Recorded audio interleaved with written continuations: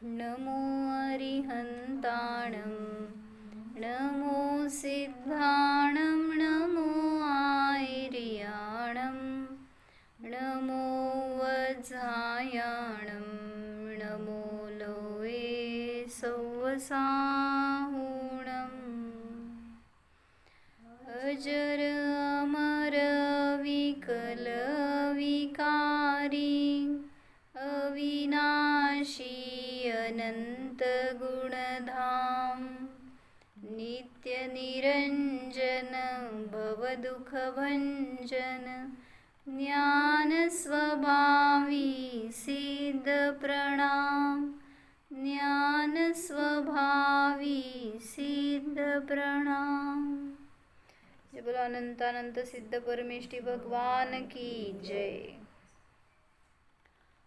विराग सनातन शांत निरंश निरामय निर्भय निर्मल हंस सुधाम विबोध निधान विमोह प्रसीद विशुद्ध सुसिद्ध समूह असमसमयसारं चारुचैतन्यचिह्नं परपरिणतिमुक्तं पद्मनन्दीन्द्रवन्द्यं निखिलगुणनिकेतं सिद्धचक्रं विशुद्धं स्मरति नमति यो वा स्तौति सोऽभ्येति मुक्तिम्। क्या देख रहे हैं हम? सिद्धों की पूजन है ना, संस्कृत पूजन। नाही नाही, ते बाहेर गेल्यावर असते जिथे शास्त्र नसते तिथे हे असते। हाँ, तो क्या इसमें बताया है, सिद्धों का स्वरूप बता रहे हैं कैसे है। तो उनका नहीं, हमारा स्वरूप है ये। कौन से सिद्ध? मेरा सिद्ध आत्मा। ओ, तुम्ही चष्मा घातला, मला कुठं बघता कसं कळायचं? आता इथे चालते की जर सूर्यप्रकाश नसलं तर। हाँ, तो क्या बता रहे हैं? जय श्री माँ। सिद्ध जिन्हें हम पूज्य मान रहे हैं वो द्वैत सिद्ध नहीं, अद्वैत सिद्ध का स्वरूप बता रहे हैं। कैसा है मेरा सिद्ध स्वभाव? तो इसमें क्या बताया अभी? असम समय सारम, असम स्वरूप है मेरा। समय सार स्वरूप आत्मा कैसा है? असम यानी किसी के समान नहीं है। उसमें जो सुख है, आनंद है, वो उससे किसी की तुलना नहीं की जा सकती, ऐसा असम स्वरूप है।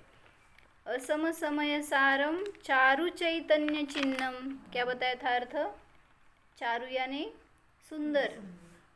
सुंदर जिसका स्वरूप है ऐसा समय सार मेरा आत्मा है। चारु चैतन्य चिन्ह स्वरूप है, सुंदर स्वरूप है। काय म्हणले? चारु म्हणजे काय?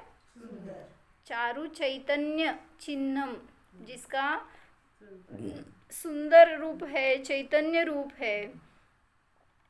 और कैसा है? परपरिणति मुक्तम, यानी परपरिणति से सर्वथा मुक्त है। यानी क्या बताया था?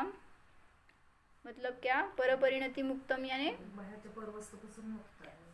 परपरिणति से मुक्त है, मतलब जो भी जग में चल रहा है उनका परिणमन, उससे मैं प्रभावित होने वाला नहीं हूँ। ये सिद्ध भगवान प्रभावित होने वाले नहीं है। मतलब अभी उनके ज्ञान में तीनों लोक आ रहे हैं, तीन काल झलक रहे हैं, बराबर है। तो जो भी झलक रहा है उससे वो प्रभावित नहीं होते। हम क्या करते हैं? थोड़ा सा कुछ ऐसे गलत दिख गया या कुछ भी परिणमन हो गया बाहर किसी का, तो हम उससे प्रभावित हो जाते हैं, हमारे परिणाम बदल जाते हैं, हम डिस्टर्ब हो जाते हैं। क्या हुआ कल, क्या हुआ आज, क्या हुआ बताओ? क्या हुआ नैन्सी? कल 31 दिसंबर हो गया, आज 1 जैन है। क्या हुआ? किसका परिणमन हुआ और कौन प्रभावित हुआ? किसका परिणमन है ये? काल द्रव्य का परिणमन। कौन प्रभावित हुआ? आप हो गए। हाँ, फिर क्या सीख रहे हैं हम? ये सीख रहे हैं क्या किया नैन्सी कल? नहीं, कुछ नहीं। करना था ना, ऐसे कैसे कुछ नहीं किया? बहुत बहुत नहीं, सारा ध्यान करना था। क्या क्या? हाँ, मुझे लगा आपने पूछा पार्टी किया क्या, नहीं किया। पार्टी नहीं किया मैंने। मैं ये पूछूंगी क्या? अगर वो आप बताते तो पकड़ती आपको। मेरा मतलब था ध्यान करना था, थोड़ा सा एक कुछ संकल्प करना था, संयम करना था। कल का दिन ऐसा था ना, बहुत सारे लोग असंयमी है होते हैं। अगर होंगे भी संयमी ना, तो कल के दिन के लिए तो संयम पूरा छूट जाता है उनका। कोई व्रत नहीं, नियम नहीं, संयम नहीं, बस जो जैसा जो करता है उनके साथ वैसे। जैसे मुझे एक ने बताया ऐसे कि मैंने पूछा क्या किया कल, तो वो बोले सब लोग पार्टी करते हैं, तो हम कहीं बाहर नहीं गए, घर में ही थे। लेकिन क्या किया? मैंने पूछा ध्यान किया होगा फिर अच्छे से, हाँ कुछ ऐसे अपना उपयोग लगाया होगा। नहीं, हमारा बच्चा है तो उसने जिद की कि हमें 31st सेलिब्रेशन करना है, तो क्या करेंगे? तो 12 बजे तक जगना है, 12 बजे करना है, रहता है ना सेलिब्रेशन, ऐसा उनका थॉट। तो उसने बताया क्या करेंगे 12 बजे तक। मैंने पूछा फिर कुछ स्टोरी वगैरह बताया होगा या कुछ ऐसे स्वाध्याय की चर्चा की होगी। नहीं, उसको जो पसंद है वो करना उसके साथ। एक ही लड़का और उसके साथ माँ बाप उसके उसके टाइप से बिहेव करना रहता है। तो बच्चे ने बोला हम ताश खेलते हैं। क्या करते? क्या किया? हां, मी म्हटले 12 वाजेपर्यंत ताश खेळत बसला मग? नाही, मग आम्ही गप्पा मारल्या, मग आम्ही काहीतरी इकडचं तिकडचं दुसरं गेम खेळला. म्हणजे काय झालं? उलटं तुम्ही त्या मुलाला दिशा द्यायची, मार्गदर्शन करायचं का त्याच्या अनुसार. म्हणले सगळं सारखं सांगून चालत नाही. सारखं धर्म कर म्हणलं करत नाही. म्हटलं मग ठीक है ना, स्वाध्याय ही नहीं करना है, कुछ ऐसे आप चर्चा कर सकते हैं, कुछ उसमें से आपको जो पता है या स्टोरी टाइप में कुछ बता सकते हैं, ऐसा कुछ भी कर सकती है। या धार्मिक गेम भी रहते हैं बहुत सारे, उसमें भी लगा सकते हैं उपयोग। ऐसा करना चाहिए उल्टा नैन्सी आपके लिए एक प्रोजेक्ट। 1 साल में ये प्रोजेक्ट करना और 31st के दिन ऐसा गेम लेना कुछ तो, जिसको भी 12 बजे तक जगना है ना, तो वो आपके साथ ज्वाइन रहे। और ऐसे उसमें कुछ ऐसे क्वेश्चन डालो या ऐसे कुछ उनको रिफ्रेश करने के लिए या कुछ धर्म नॉलेज देने के लिए यूज़फुल हो, ऐसा कुछ करो ना। फिर अगर लोग बाहर जा रहे हैं, उधर अपना उपयोग लगा रहे हैं, तो उनको एक अभी एमपी में ऐसा करते हैं लोग। बहुत सारे मंदिरों में या घर में भी सब लोग मिलकर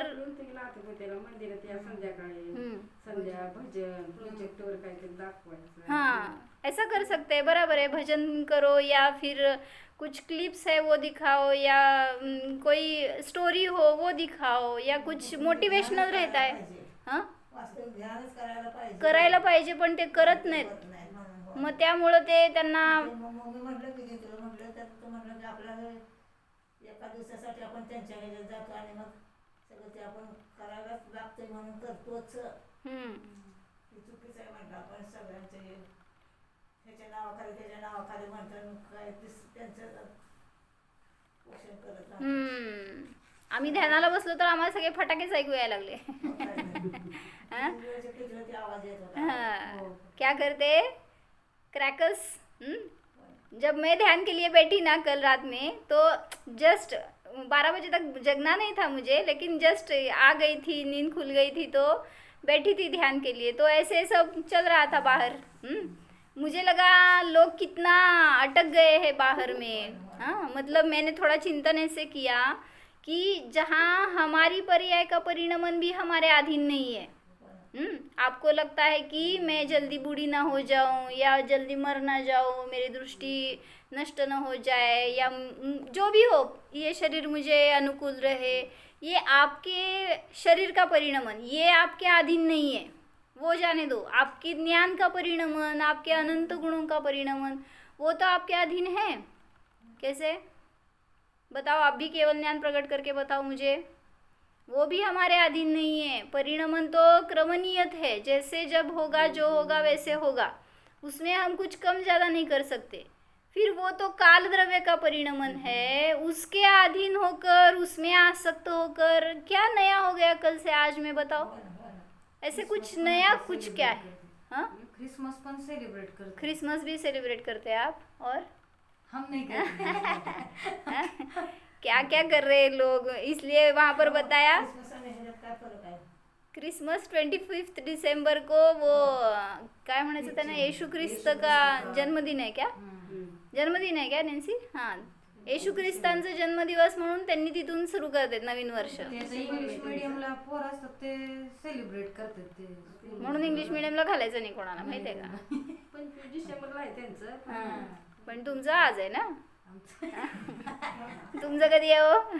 आपका कब आहे? तुम्हाला वाटतं काय तर कोणाला काय यावर्षी कोणी गेलं नाहीत म्हटलं, हां कोणीतरी सांगितलं होतं भविष्यात हां की आज रात्री मृत्यू योग आहे म्हणून. हाँ, ऐसे लगता है तुमको?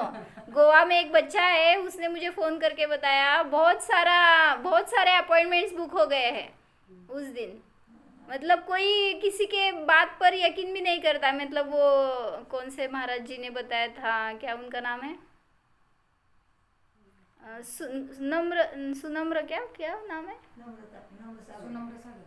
सुनम्र नहीं, क्या नाम है उनका? उन्होंने कुछ तो भविष्यवाणी, हाँ प्रणाम सर. नहीं प्रणाम सागर. नहीं,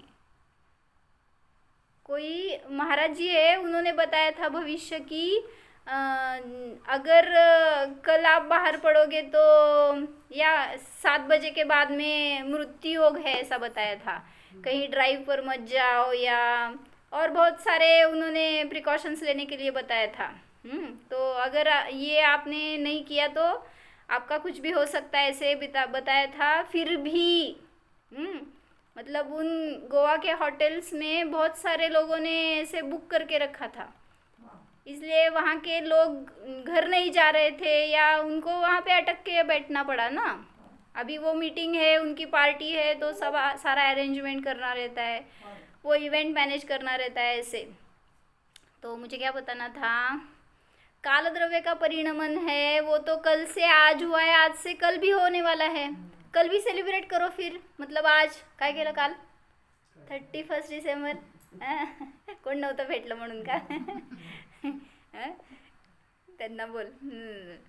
तो इसलिए हम क्या करते हैं, उस परद्रव्य के परिणमन में अटक जाते हैं। तो ऐसा करना कितना सही है। उल्टा ठीक है, आपको सेलिब्रेट करना है ना, तो आज कुछ तो संकल्प करो नया। एक्चुअली हर दिन हर समय आपके लिए अपूर्व है, आपके लिए उसमें नावीन्य होना चाहिए, अगर विषय अपना हो तो। लेकिन हम परद्रव्य को विषय करते हैं और उसमें इसीलिए परपरिणति से प्रभावित हो जाते हैं। तो सिद्ध भगवान क्या करते हैं, उनको कितने न्यू ईयर हो गए बताओ? सिद्ध भगवान कहाँ पर है अभी? सिद्ध शिला पर है। कितने न्यू ईयर सेलिब्रेशन हो गए उनके? अनंत अनंत। आपके कितने हो गए? सो में भी अकल जब तक आती है तब तक 18 ईयर्स जाते हैं, उसके बाद में करते हैं तो जो थोड़े दिन तक वो भी, उसके बाद में मैच्योरिटी आती है तो वो भी ख़त्म हो जाता है। मतलब एक 10-5 बरस नहीं, उसमें कितना क्रेज़ और उससे आनंद, ये सब भावना हमारी गलत है। तो सिद्ध भगवान को ऐसा कुछ बहिरंग में या परद्रव्य में नया नहीं दिखाई देता। तो उन्होंने आत्ताच कळालंय, म्हणजे इतके दिवस आम्हाला पण काय माहिती नव्हतं. होय तेच ना, ते एक एज असती हो, त्या एज रेंज मधलेच असं काहीतरी नवीन नवीन काढत असते। आणि तर काय म्हणायचं होतं, हर एक डिकेड्स में हर एक बच्चों के परिणाम बदल रहे हैं, पता है आपको?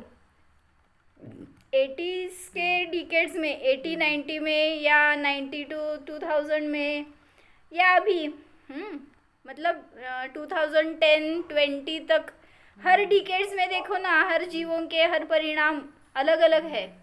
मतलब कितनी पहले धर्म के प्रति आस्था थी, या अपने परिजनों के प्रति, अपने पेरेंट्स के प्रति कैसे भाव थे, बच्चों के भी परिणाम कैसे थे, और आज कैसे हो रहे हैं। उसके ऊपर तो जितना बोले उतना कम है, लेकिन सावध होना चाहिए, इतना ही बताना था मुझे। बहुत ज़रूरत है। आज अगर आप सावध नहीं हो गए तो कल की पीढ़ी क्या करेगी पता नहीं। तो इसलिए परपरिणति से प्रभावित नहीं होना चाहिए। तो 1 जैन है तो ठीक है, कुछ तो ऐसा नया संकल्प करो। तो एक कोट ऐसे आया था आज, नया साल नया दिन आप सेलिब्रेट कर रहे हो, लेकिन आत्मा तो अनादि अनंत पुराना है, उसमें क्या नया है? परिणमन हो रहा है, वो नया नया है, तो हर समय करो ना फिर सेलिब्रेशन। मतलब उसमें आनंद आपको लेना है, तो बाहर से तो किसी चीज़ से आनंद आने वाला नहीं है। किस किस से आनंद निकालने की कोशिश कर रहे हैं? मतलब जो काल द्रव्य है वो आपको आनंद देने में समर्थ नहीं है। उसकी पर्याय में आनंद है क्या? क्यों नहीं है? क्योंकि आनंद गुण जीव का है। आनंद ये जीव का स्वभाव है। पर पर्याय में, पर द्रव्य में आनंद नहीं है। तो क्या क्या नहीं किया कल लोगों ने? जितना हो सके उतना पूरा असंयम किया, पूरा व्यसनाधीन हुए। तो इसलिए ऐसा करना, सोचना चाहिए हमें कि हम किस मार्ग पे जा रहे हैं, उसका फल हमें क्या मिलने वाला है, क्या मिलेगा, इससे क्या भला होने वाला है। तो आज से हम नया संकल्प करते हैं। क्या करेंगे बताओ? क्या संकल्प करेंगे? काय करायचं भैया? क्या करना है नैन्सी? मैं बताऊं? आप करोगे? देखो कल नेक्स्ट 1 जैन को मैं पूछने वाली हूँ। 1 साल के लिए हम करेंगे संकल्प। क्या करना है?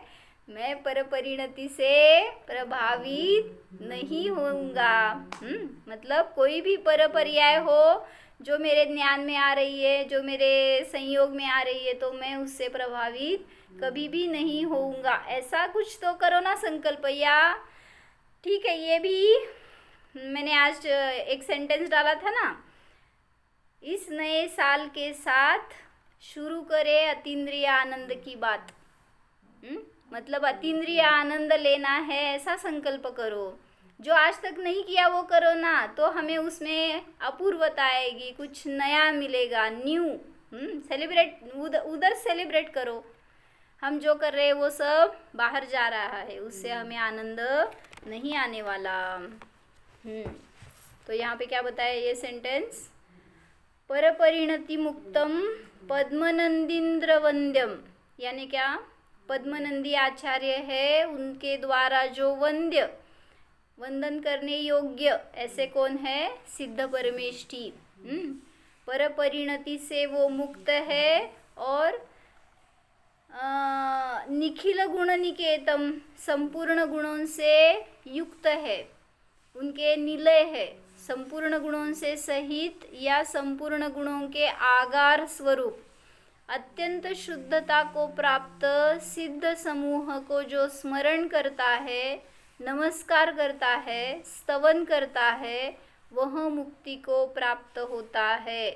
क्या बताया? सिद्ध पूजन में ये लाइन आई ना, परपरिणति मुक्तम पद्मनंदींद्र वंद्यम निखिल गुण निकेतम सिद्ध चक्रम विशुद्धम, यानी सिद्ध चक्र यानी सिद्धों का समूह, सिद्ध के समूह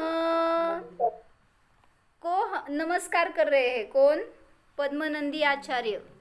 तो वो कैसे है सिद्ध प्रभु? संपूर्ण गुणों के निलय स्वरूप, आगार स्वरूप है, और उनकी वंदना से, उनकी स्मरण से, उनके जैसे स्वयं के स्वरूप का अनुभवन करने से यह जीव मुक्ति को प्राप्त करता है। मुक्ति प्राप्त सिद्धों की आराधना से स्वयं मुक्ति प्राप्त होती है। उनकी आराधना से हमें मुक्ति होगी कि नहीं होगी? सिद्धों की आराधना से हमें मुक्ति होगी कि नहीं? हाँ, व्यवहार से वो अवलंबन है, लेकिन निश्चय से उनको भी छोड़ना पड़ता है। क्योंकि उनका आनंद उनके पास है, वो अपना आनंद किसी के साथ शेयर नहीं करते।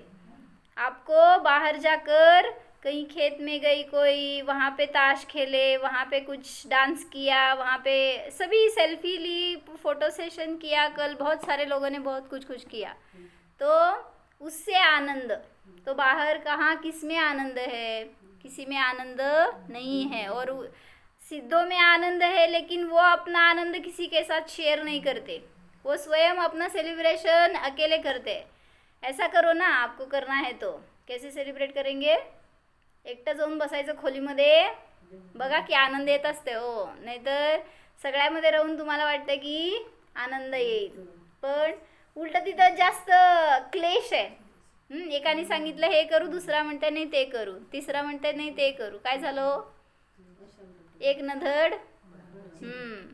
इसलिए थोड़ा सा क्या बोलते, एकत्व का भी आनंद लेके देखो ना.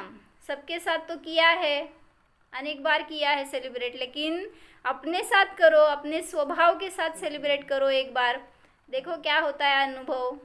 क्या आनंद आता है. परसों पूछा था ना, ध्यान में सच में आनंद आता है क्या? ऐसे लगता है क्या आपको? ऐसे पूछा था ना सुबह वहाँ पे. सच में बताओ, ध्यान करने के लिए या ध्यान में बैठना है तो आनंद आता है क्या आपको? हाँ, मुझे अभी ध्यान करना है, कितना आनंद लेना है. ऐसे ऐसे कितनी जिज्ञासा, कितनी उत्सुकता रहती है ध्यान के लिए. रहती है कि नहीं रहती? बैठो तो ना. हम बैठते नहीं है और फिर कैसे होगा? 5 मिनट करके छोड़ देंगे तो व्यग्रता ही होती है उसमें. काय भैया ध्यान करतो का? नाही म्हणू नको. हाँ, बैठना तो पड़ेगा. नहीं आता इसलिए रोटी करना छोड़ दिया क्या आपने? कैसे सीखा फिर?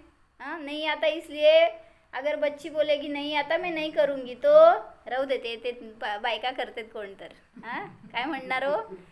कर, नकाशा उदे पण कर. इसलिए पहले रोटी की है ना नैन्सी? कब की है रोटी? करते कि नहीं?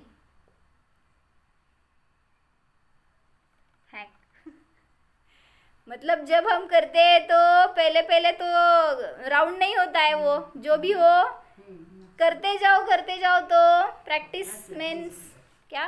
प्रैक्टिस मेक्स मैन परफेक्ट बोलते हैं ना. तो ऐसे प्रैक्टिस करनी पड़ती है ध्यान के लिए भी. थोड़ा सा प्रयास करो, थोड़ा सा वहाँ पे स्ट्रगल करो, होगा आपको अनुभव होगा. और उससे जो आनंद मिलेगा ना, वो अनंत काल तक आपको सुख देने वाला है, आनंद देने वाला है.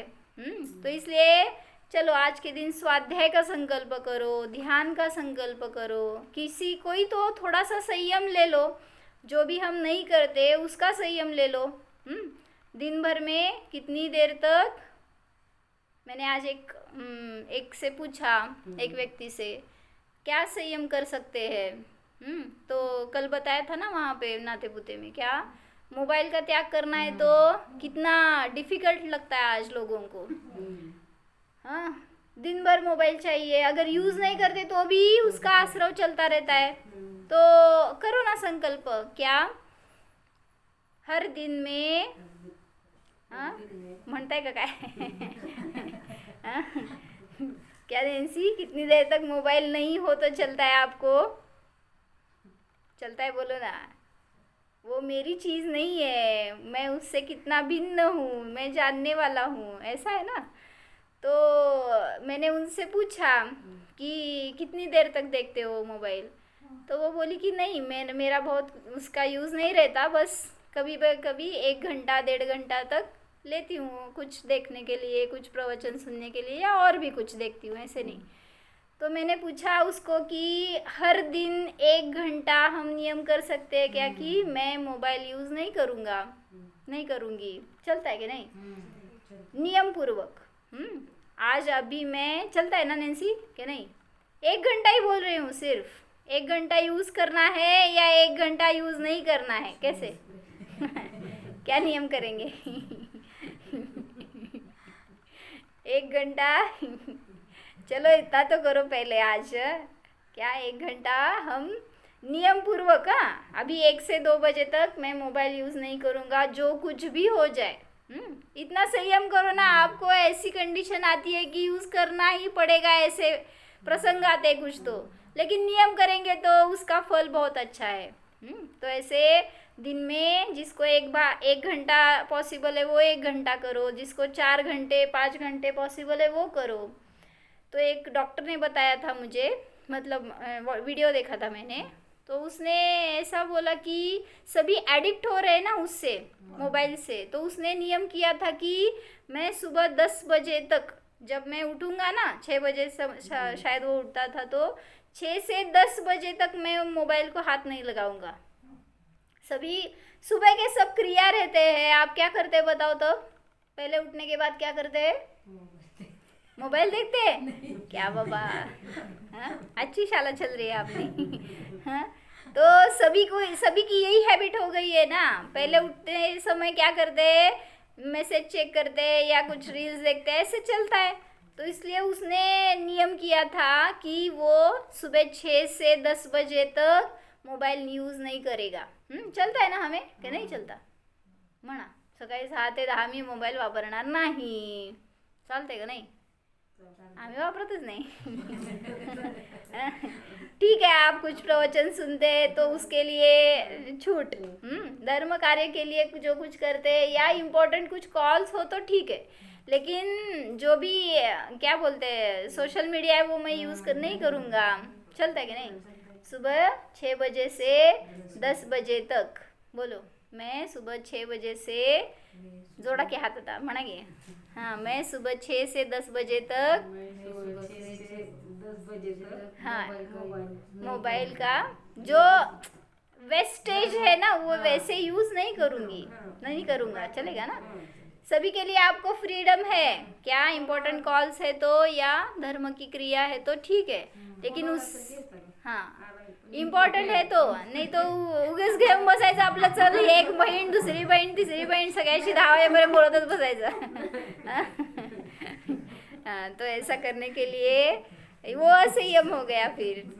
तो उस समय हमें संयम ही सगळ्या बहिणींना सांगून ठेवा 10 वाजेपर्यंत मी बोलणार नाहीच।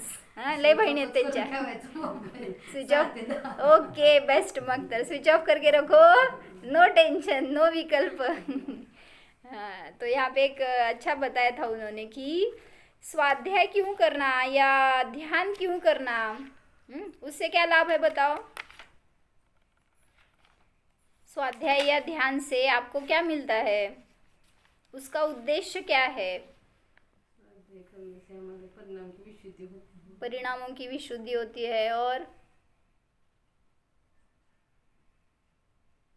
और क्या? मुझे मेरे सिद्धांत तक पहुंचाने का रहता है। ठीक है, तो फील करते हैं अपन वहां से अपने आत्मा से। ठीक है। और स्वाध्याय क्यों करना है, काय करायचं भैया? स्वाध्याय का करायचं?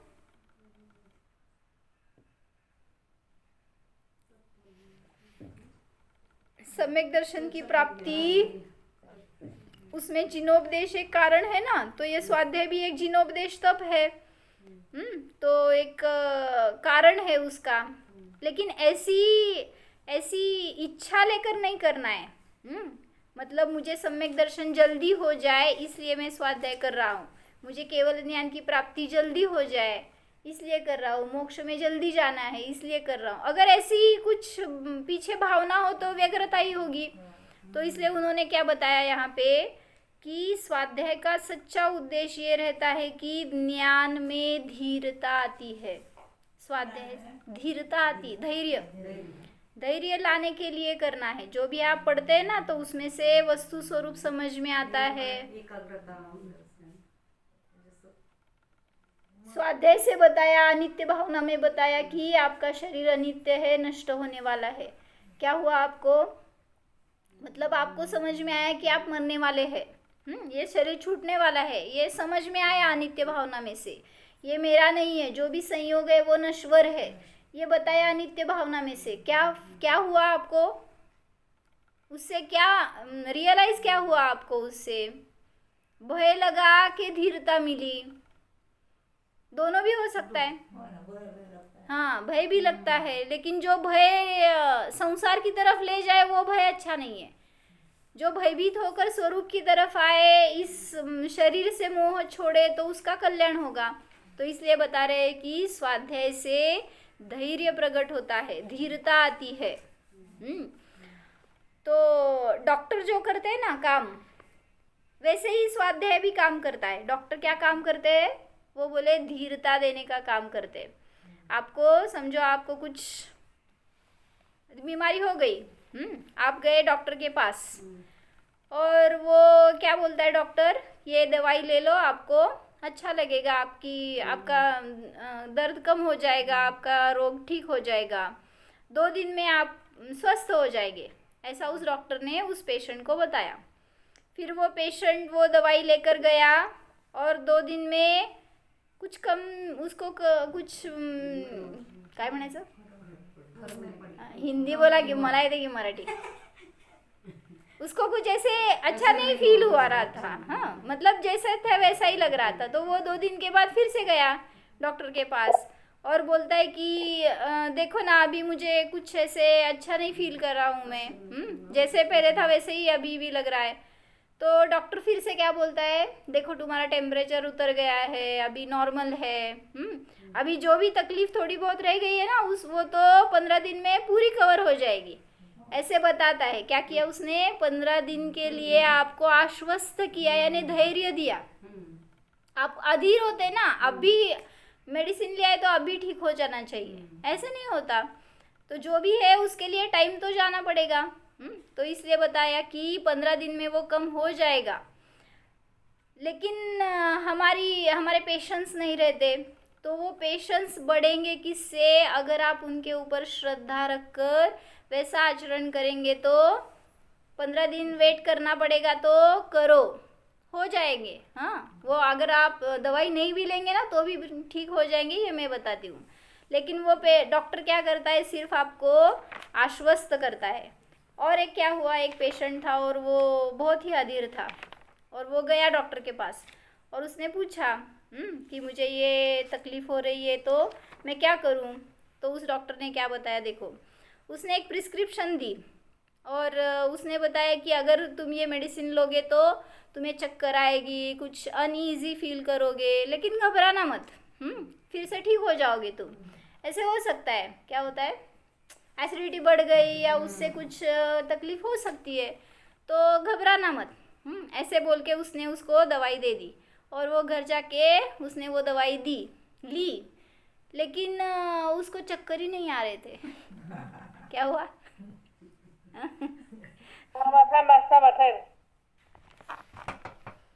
काय झालं? डॉक्टर बदलायचं का काय? दवाई बदलायची। तो उसको अभी टेंशन आने लगा कि मुझे चक्कर क्यों नहीं आ रहा है। मतलब एक रोग गया, दूसरा रोग आ गया। क्यों? मतलब डॉक्टर के ऊपर अति श्रद्धा था ना, तो डॉक्टर ने बताया तो चक्कर आना ही चाहिए। तो अभी चक्कर नहीं आ रही, इसलिए फिर से गए डॉक्टर के पास। अभी डॉक्टर क्या करेगा? मतलब वहाँ बताना था कि मैंने तो अच्छे से दवाई ली है, आपने जैसे बताई वैसे ली है, लेकिन शायद ये दवाई नकली होगी। मतलब ली तो थी, क्या बोलते हैं, मेडिकल शॉप से बताया था डॉक्टर ने, लेकिन मैंने तो वहाँ से ली थी, तो शायद वो गलत हो गई होगी या मैंने कुछ गलत ली होगी, ऐसा कुछ उसको विकल्प आने लगे। तो वो जाता है और बोलता है कि डॉक्टर को मुझे चक्कर नहीं आ रहे। अभी डॉक्टर क्या करे? कोण आहे माझ्यासमोर? डॉक्टर सांगावं. चक्कर नहीं आल्यावर त्यांनी काय करावं? तो डॉक्टर बताते हैं मैंने एक पॉसिबिलिटी बताई थी, ऐसे होगा ही, ऐसे नहीं है, तुम घबरा जाओगे, इसलिए एक ऐसा हो सकता है, ऐसा एक क्या बोलते हैं, एक प्रेडिक्शन था सिर्फ, वो ऐसे कुछ नहीं कि ये होना ही चाहिए। तो इसलिए वो धीरता उसने दी फिर से। तो डॉक्टर का काम ये रहता है, और फिर वो ऐसे पेशेंट को क्योर करता है। तो चक्कर आना ये अच्छा सिंबल है कि नहीं, ऐसा वहाँ पे पूछा था। आपने जब अगर वो दवाई ली और उससे चक्कर आएगी ये डॉक्टर ने बताया, तो अच्छा लक्षण है कि बुरा लक्षण है? हाँ, मतलब एक पॉसिबिलिटी बताई थी ना उसने, डॉक्टर ने, कि ऐसा होगा। तो ऐसे ही बताया कि हमें देह की, रोग की, एक्चुअली वो चक्कर आना ये एक सिंबल था कि आपके डिसीज की क्या कंडीशन है, आप कैसे उस दवाई को रिएक्ट कर रहे हैं, उसकी एक बाप रे, हो गया ना, ठीक आहे, समज लो. म्हणजे त्या रोगाचं काय रिॲक्शन चालू आहे त्या ड्रग्सची ह्याचे एक फक्त अंदाज आहे त्याच्यामध्ये. असं नाही की असं व्हायलाच पाहिजे किंवा असं झालं तर चांगलं आहे, असं झालं तर वाईट आहे, असं नाही आहे. म्हणून त्या शरीराची, तुमच्या इम्युनिटीची, तुमच्या रेझिस्टन्सची सगळी ती एक सिम्बॉल होतं त्याचं कळण्यासाठी. त्याचप्रमाणे मोह, राग आदी परिणाम जे काय होत आहेत, सांगितलं तुम्हाला, तुम्ही घरात आहात तर तुम्हाला मोह राग द्वेष होतील, पण करा म्हणून सांगितलं नाही आहे. मग तुम्ही काय गेला हो डॉक्टरकडे सांगितलं जाऊन अरिहंत डॉक्टरांकडं, मला होईच नात, काय रागद्वेष होईनाच, असं तर होत नाही, करताच तुम्ही लोक. पण त्यांनी सांगितलं भगवंतांनी की तुम्हाला आता असं हे सगळी चर्चा वाचला, ऐकला तर भय वाटेल, आणि तुम्हाला भयच वाटलं नाही तर परत गेला पळत तुम्ही देवाकडं आणि काय विचारताय, मला भयच वाटे ना. आता देवाने काय करावं, म्हणजे भय वाटणं चांगलं पण आहे आणि वाईट पण आहे, फक्त कुठल्या अपेक्षेने तुम्ही घेता त्याच्या अनुसार. मोह आदि होना अच्छा लक्षण नहीं है, मात्र उस गुणस्थान का वो चिन्ह है, लेकिन वो है ही है, ऐसा समझ लो. क्यों बता रहे हैं ये, तो अलग अन्य द्रव्यों का परिणमन देखकर हम प्रभावित हो जाते हैं, तो इससे प्रभावित न हो इसलिए स्वाध्याय आवश्यक है. जो ज्ञान में धैर्य प्रकट होता है वो हमें हर कंडीशन में स्थिर रखता है, हमारे पेशेंस बढ़ाने का काम करता है. आपके घर में भी संकट आया हो, वियोग हुआ हो, कुछ भी आपको असाध्य रोग हुआ हो या शरीर की कुछ कंडीशन खराब हो गई हो, तो उसमें भी आपको धैर्य कौन देने वाला है, ये आपका संकल्प.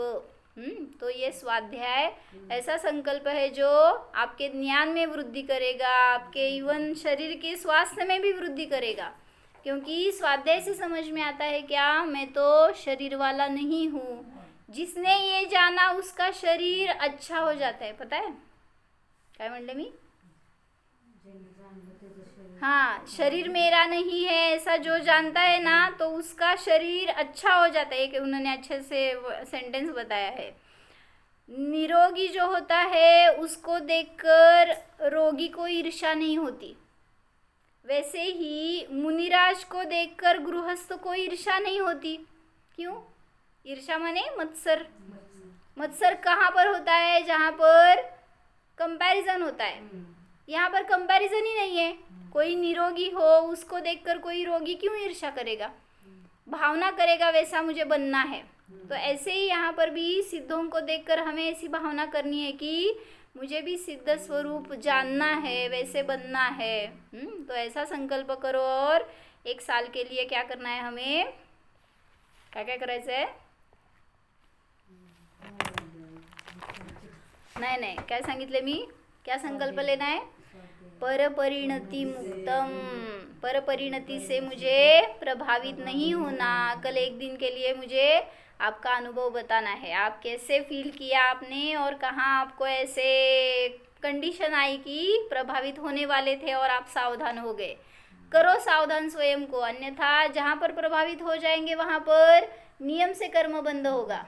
किसी ने आपको गाली दी, किसी ने आपको कुछ वचन बोले, जाने दो, किसी ने आपको कुछ बोला ही नहीं, वहाँ पर भी आपको विकल्प होते हैं. बराबर है. कोई आता है नहीं, मुझे पूछता नहीं, देखता नहीं, क्या करते विकल्प, सगळ्यांनी यावं, मला विचारावं, माझ्याजवळ बसावं. काय झालं, परपरिणतीने प्रभावित झालो. कोणाची परिणती आपल्या अधीन नाही, कोणी आपल्यानुसार परिणमन करणारं नाही.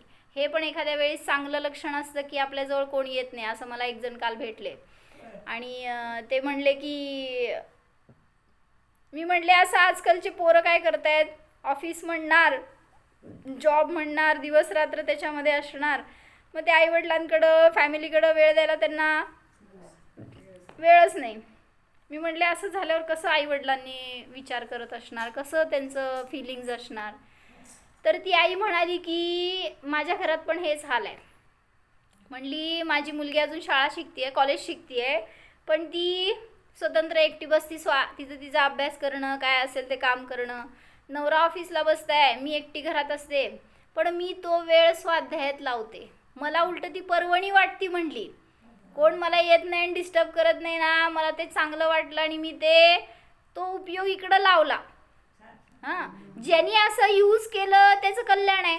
आणि तेच एखादी माता काय करती, कोण माझ्याजवळ येत नाही, विचारत नाही, बघत नाही, कोणाला चिंताच नाही, काय होतं? तुमच्यावर कंडिशन सेम आहे. तुम्ही विचार कसं करणार आहे ना, त्याच्यानुसार फळ मिळणार आहे. म्हणून आपल्यालाच बदलायचं आहे हो, दुसऱ्यानी कोणी आपलं जीवन बदलणारं नाही आहे. म्हणून मला मुलांना हे नाही सांगायचं की तुम्ही लोक आई वडिलांना लक्ष देऊ नका. तुमचं कर्तव्य तर तुम्हाला करायलाच पाहिजे. काय जेवढं शक्य आहे तेवढं उलटं त्यांची सेवा करा. त्यांच्याबरोबर सेवा म्हणजे काय, हातापाय दाबणं सेवा नसते हो. काय करतो भैया सांग घरी आल्यावर? जनरेशन गॅप असते ॲक्च्युली एक. त्यांचे विचार वेगळे असते, तुमचे विचार वेगळे असते. त्यामुळे त्यांच्याबरोबर बोलणं करणं लय आवडत नाही पोरांना आजकाल. पण तरीसुद्धा रिस्पेक्ट आहे एक ती. त्यांच्याबरोबर बसणं, उठणं, बोलणं. मग हे करत नाही ना आपण, त्याच्या निमित्तात कोणी जीव कदाचित धर्मापासून सुद्धा तुटतात.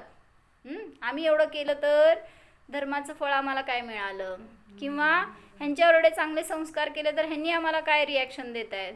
म्हणजे कोणी स्वतःचं क्लेश करत राहतात. म्हणून सांगितलं बसा त्यांच्याबरोबर. त्यांना फक्त अपेक्षा असती काय, 4 शब्द गोड बोला बास, आणि थोडा वेळ त्यांना द्या. बाकी त्यांना जास्त काय लागत नसतं. पैसा अडका मागणार नाहीत, किंवा वेळ पाहिजे फक्त, दुसरं काय मागणी नसती.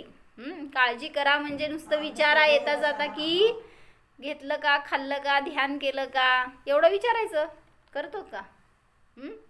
काय ते परगावी असल्यावर फोनवर सगळे करतात रे, जवळ असल्यावर म्हणते. जवळ असल्यावर सगळे लांब असते, लांब असल्यावर जवळ असते. त्यामुळं आपल्या निमित्तात कोणाला संक्लेश न हो, कोणी धर्मापासून दूर न जाओ, आणि आपल्या निमित्तात कोणाला रागद्वेष न हो, आणि कोणाच्या निमित्तात आपल्याला न हो, ह्याच्यासाठी प्रयत्न हा करा. काय? परपरिणती मुक्तम. मी कुठल्याही पराच्या परिणतीने प्रभावित होणार नाहीच. संकल्प करू आपण, नियम नाही आपल्याला. एक आपला काय म्हणायचं, एक प्रयास तसा असू दे ना. सासूबाईंनी काय म्हणलं, सूनबाईंनी काय म्हणलं, काय करायचं? सूनबाई काय म्हणतच नाहीत. कसं म्हणजे असं सगळ्यांच्या घरात आहेत. जाऊबाई, नणंदबाई, काय सासूबाई, सूनबाई, पतिदेव तुमचे जे असतील ते दुःखाला कारण आहेत. बरोबर आहे का? चुकीचं आहे? हो म्हणलं तरी प्रॉब्लेम, नाही म्हणलं तरी प्रॉब्लेम. म्हणजे तिथं आपण त्यांच्यामुळं दुःखी म्हणतो स्वतःला, तर ते पण चुकीचं आहे. म्हणून मी त्यांच्यामुळं प्रभावित होतो ना, त्यांच्या परिणतीने, म्हणून दुःखी होतो. नाहीतर ते दुःखाला कारण नाही, उलट ते वैराग्याला कारण आहेत म्हणा. आजपासून वैराग्य वाढवण्याचा प्रयत्न करा. हे पण एक आपल्यासाठी नवीन संकल्प. काय करायचं? जय श्रीमा, मला या शरीरापासून वैराग्य व्हायला पाहिजे, या मोही जीवांपासून वैराग्य व्हायला पाहिजे. सगळ्यात पहिल्यांदा आपल्या पर्यायापासून वैराग्य व्हायला पाहिजे. कुठल्याही पर्यायात मला अडकायचं नाहीच, असा विचार करा. असं एक ठोके द्या ना स्वतःला. होणार तुमचं, घरात लक्ष जाणार, तिकडं मोह जाणार, ठीक आहे, पुन्हा वळवा ना उपयोग, पुन्हा वळवा. शरीरात जाणार, काय ते शरीर त्रास द्यायला लागलं तर पुन्हा वळवा त्या उपयोगाला. काय होतं? डोळे त्रास देतात का नाही? काय नाही ना? मग डॉक्टर त्रास देते का? फेऱ्या मारा, औषध घ्या, हे पत्ते करा, काय काय होतंय. म्हणजे त्या बाहेरच्या सगळ्या गोष्टींचा आपल्याला त्रास वाटतो, तर त्याच्यानी मी प्रभावित होणारा नाही, एवढा आपलं प्रयत्न करा. ओम जाणा.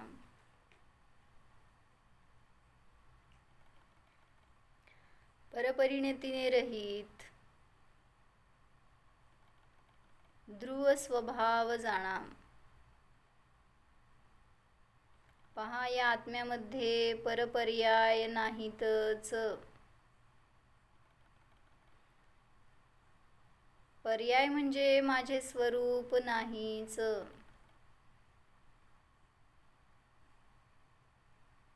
पहा हा आत्मा या शरीराला देखील स्पर्श करणारा नाहीच.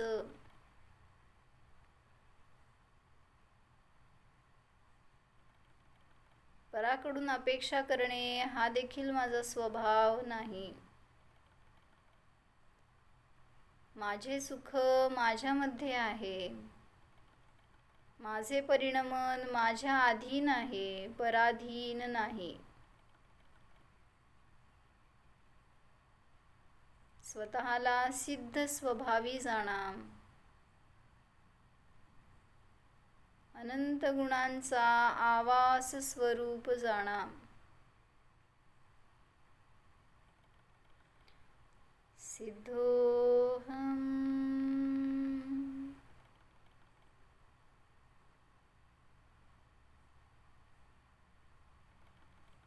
आनंद गुण संपन्नोहम. परपरिणतिरहितोहम. अप्रभावी स्वरूपोहम.